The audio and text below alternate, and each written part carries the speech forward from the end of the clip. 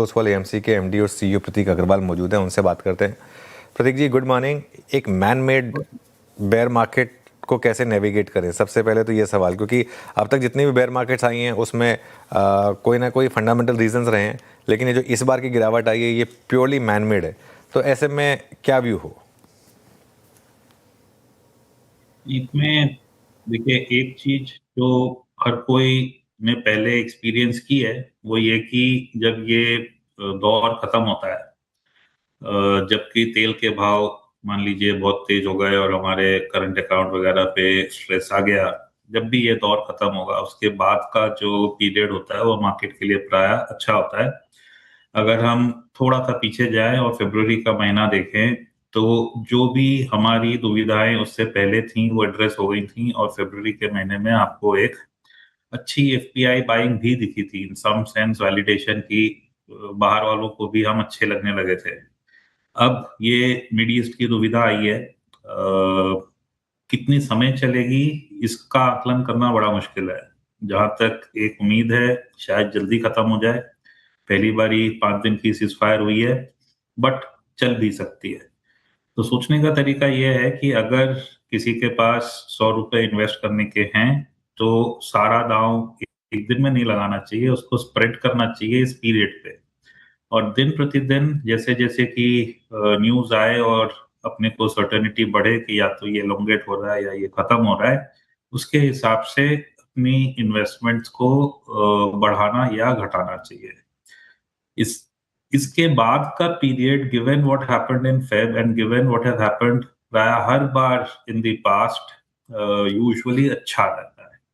तो उसको आप कैसे कैप्चर करोगे, उसकी स्ट्रैटेजी बनानी है। ओके।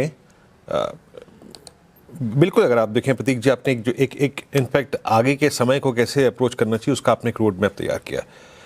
एक मतलब वो जो आपने 100 रुपए को लगाने की बात कही है, उस क्रम की जो बात कही है, उसमें आपका प्रेफर्ड स्पेस क्या है? एक वो तबका है जो कि इस युद्ध की स्थिति से सबसे पहले और सबसे ज़्यादा स्ट्राइक हुआ।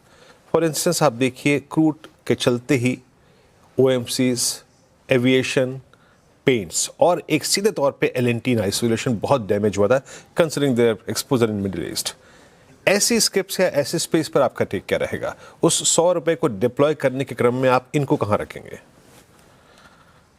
तो अगर ये इलोंगेट होती है तो जो स्पेसेस जहां पे आपने कहा स्ट्रेस है वहां पे स्ट्रेस इलोंगेट होगा, और शायद आपको वहां पे इसी वजह से डिप्स ज्यादा मिलेंगे। ये एक इसमें रिस्क है। जो स्पेसेस चाहे ये चले या ना चले उसमें बेनिफिट करते हैं, तो मैं कुछ चीजों का बोलता हूँ। अगर मान लीजिए तेल के भाव ऊंचे रहे, भले ही आज के दिन गवर्नमेंट उसको पास ऑन नहीं कर रही है और ऑयल रिफाइनिंग मार्केटिंग सारा एब्जॉर्ब कर रही है, बट ये कब तक होगा? तो अगर हमको लगता है कि खरीदार जो कि आज के दिन आइस व्हीकल पे ज्यादा रुझान रखता है, कल को शायद ईवीज ज्यादा खरीदे, जहां पे तेल से आप डिस्कनेक्ट हो जाते हो, पोल्यूशन वगैरह की बातें तो अलग हो गई। तो ये एक स्पेस है जहां पे इसके दौरान और इसके बाद आपको एक कंटिन्यूड पॉजिटिविटी देखने को मिल सकती है, and in the same manner renewable कि ले देके हमको fossil fuel particularly oil and gas पे अपनी डिपेंडेंस कम करनी है। तो ये एक जो है, what ever happens relative terms पे आउट परफॉर्म करने की स्पेस बननी चाहिए, ऐसा मुझे लगता है। दूसरा है डिफेंस का स्पेस, कि भाई जब ये चल रहा है तो वाकई में ये टॉप ऑफ द माइंड तो रहता है। और इसके बाद भी depending on whatever is the takeaway from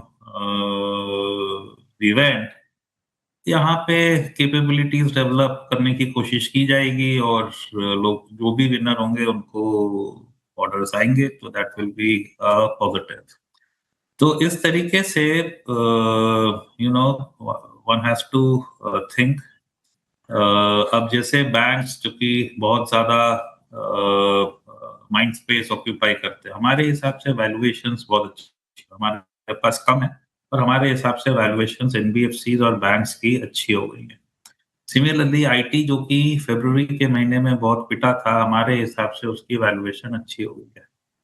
तो जो लोगों का वैल्यू की तरफ ध्यान ज़्यादा रहता है, हम उनको वैल्यू इन्वेस्टर बोलते हैं, उनके लिए भी इस बाज़ार में ये स्पेसेस हैं जिनका चाहे कि वॉर चले ना चले, they also have spaces to look forward to.